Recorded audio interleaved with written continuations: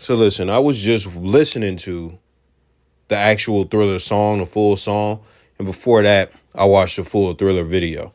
I grew up to Michael Jackson, love Michael Jackson, wanted to be Michael Jackson. Two things that I loved as a child that I still love to this day is Michael Jackson and Batman.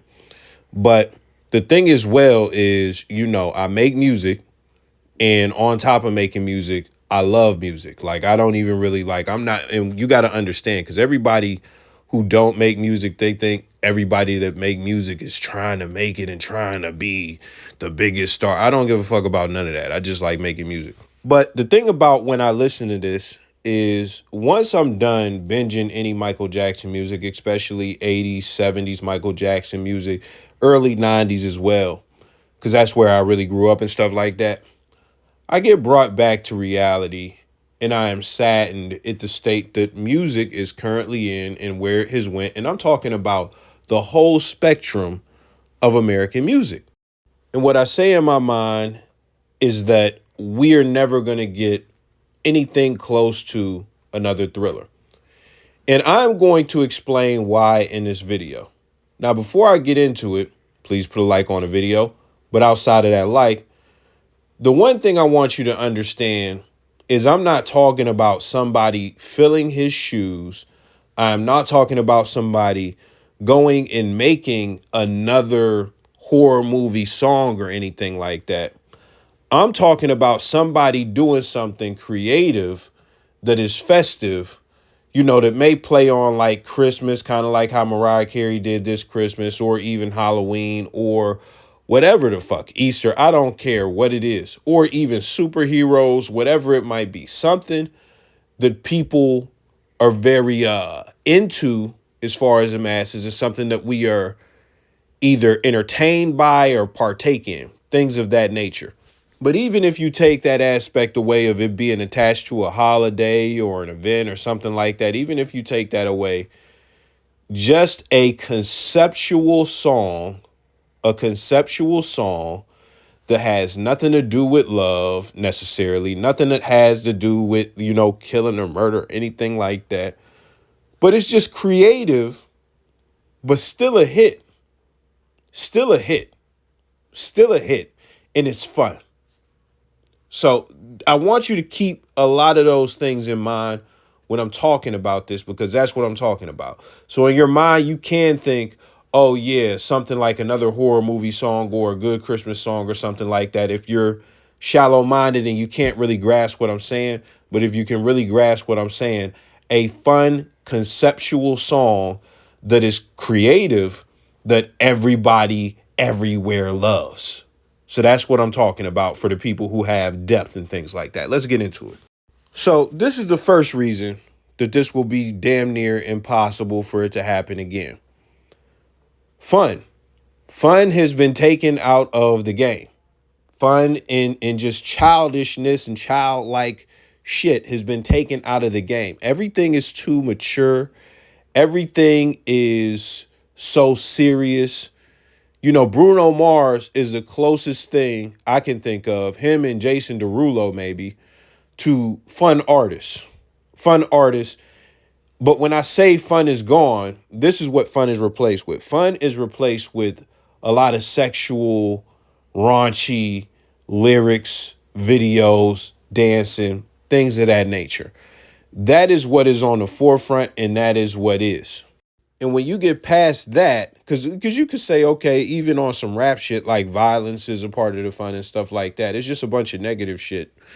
But when you get past that, the people who don't participate in that, like saying Adele, who is a superstar, all her music is serious and somber and stuff like that. Lana Del Rey, serious and somber. Like Taylor Swift, she does have some fun music. But the thing about Taylor Swift, she is tremendous, and you see her on the NFL and stuff like that. I know white people, I know black people. I always ask people, like, what is your favorite Taylor Swift song? Name 5 Taylor Swift songs. Most people, including white people that I come across, can't do it because most people don't listen to Taylor Swift. Yet she has such a tremendous fan base. I just can't find this pocket of white people who are just head over heels in her Swifties. I just can't find that in reality in real life. But listen, that's the whole first point. When it comes down to fun and things like that, it's not really much of that in the game. And even then, Bruno Mars, he's considered like, the guy that I would point at is fun. He cusses in some of his music, you know? So it's just not going to hit the same. It's not going to work the same. Now, this second point is specific to the Halloween and all of that stuff if we get down to it. And I'm just going to make this point very briefly. The second reason why we won't get another Thriller or anything like it is because even if it was horror based, the movie industry, as far as horror, has fucking fell off creatively, and even just people going out to see horror movies in droves, that has fallen off. When it comes to the culture of horror movies, like the 80s was the golden era for horror movies. The 90s elevated it a little bit.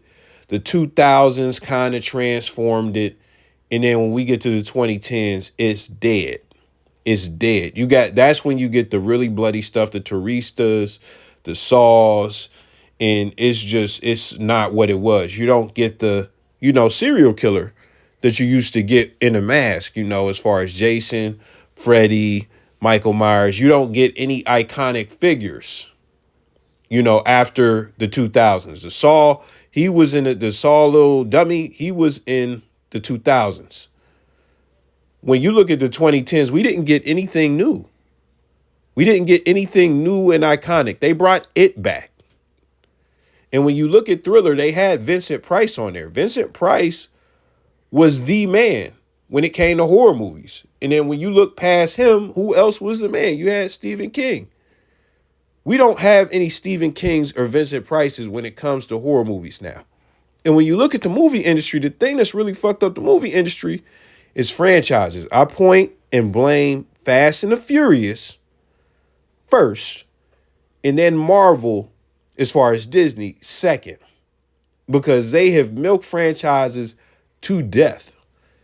And that is what the movie industry has become. And if you don't have a franchise, good fucking luck. But as far as horror movies, they have fallen off. One of the last horror movies, no, the last horror movie I seen in theaters was Annabelle, and it was okay. But it's not an iconic movie, and that's like 10 years old at this point. But that's my second point as far as why this won't happen. Now listen, I'm positive I could come up with more reasons, but I'm just going to give you these last two and bulk them together. And we're going to talk about a specific individual. You know who he may be on the screen, he may not. Talent and image. Talent and image is why we won't have another song like this. Because when we talk about, again, a song that is creative, that everybody loves, and it's conceptual, it's gonna take an amazing talent to make that happen.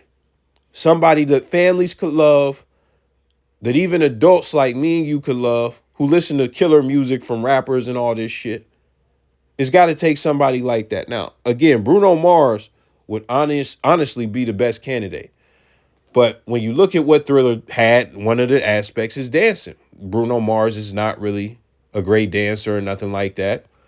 So who do you look at and who does everybody say when it comes down to it? They say Chris Brown is the second coming to Michael Jackson. He is the replacement, or he's Michael Jackson B, whatever you want to call him. They're trying to say that he's the king of pop and he's supposed to fill the shoes and et cetera, et cetera. Let's go back and talk about, talent. Let's just talk about talent. Chris Brown is very talented. Everybody knows Chris Brown is talented. I am not going to sit here and dispute his talent at all. So we will come back to Chris Brown, but let's talk about everybody else before we get to Chris Brown. When you look at the pop stars, most of them are white. So you look at Billie Eilish, you look at Justin Bieber, you look at Taylor Swift, you look at Katy Perry, you look at Doja Cat, Harry Styles, Sabrina Carpenter, Ed Sheeran, Miley Cyrus, The Weeknd. You look at all of them, and I'm not going to take away from their talent because a lot of those people that I named are very talented vocally. I can't think of anybody that I named out of that who doesn't have good vocals. All of them, we're just going to say all of them have good vocals. So boom, they check that box. How many of them dance? How many of them dance? The Weeknd, I respect The Weeknd because he's carving out his own lane. As a superstar, he's definitely Michael Jackson inspired. He has a voice, but he's not doing what Michael Jackson was doing. He's not trying to fill Michael Jackson's shoes. He's trying to create his own legacy in his own lane.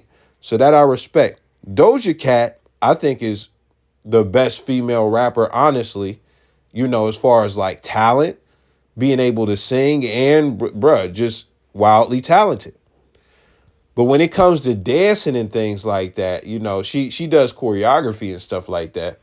Let's just be honest and cut the bullshit. Everybody I named, you don't look at them like they are iconic when it comes to dancing or when it comes to performing and putting on a show. Weeknd, you definitely look at him like that because he did the Super Bowl and stuff like that. So he could definitely put on a good show, stuff like that. But these are not people that, when we talk about what Michael Jackson was and the moonwalk and the dancing and stuff, none of them are revered like that. But Chris Brown is revered like that. So when it comes down to it, Chris Brown is the one unanimously over every fucking body that I name that marks all the boxes when it comes to talent. Even creativity as far as dancing. He marks that box. So he's got everything, dog. He's got everything talent-wise. The other people, even Bruno Mars, I mentioned him earlier, but let's throw him in there. Bruno even makes very good music and very fun music. So again, he would be the most capable, in my opinion, to do this. Let's go to Image. Bruno Mars got caught doing cocaine early in his career. Miley Cyrus and Justin Bieber, even though I forgive them because they have apologized and stuff like that, it took me a minute, but it is what it is. I don't have anything against them, but in their past, they have said or done racist things. When you look at Chris Brown, he's by far the worst. They got a documentary about to come out about him, bro. He's a blood. And on top of that, he beat women. And I'm not talking about just Rihanna, man. You seen the picture of him choking a chick up. You done heard some of the stuff he done said to the camera about how obsessive he is, et cetera, et cetera. You know about the shit with Karrueche. You done heard about him threatening Tyson Beckford. You done heard about him beating up some dude backstage with the Bloods and stuff like that at one of his meet and greets. So it's like just a whole bunch of bullshit when it comes to him. And even then, it's like, bruh, all this creativity he got, he knows when it comes to marketability, like, we just got to keep it a bean. These white companies are going to try and tear him down no matter what he does. So even if he has it in his body to be able to do something that is that good, and festive and things like that, because when you think about what I said, his version of This Christmas, which is not an original song, it's a Donny Hathaway song, that is something great to play around Christmas time. So he actually has one of those festive songs, one of those fun songs. He doesn't really dance and jig around and stuff like that, but it's not an original song. He did it because he was doing a movie This Christmas and stuff like that. But he definitely has the capability, but it's just not going to happen.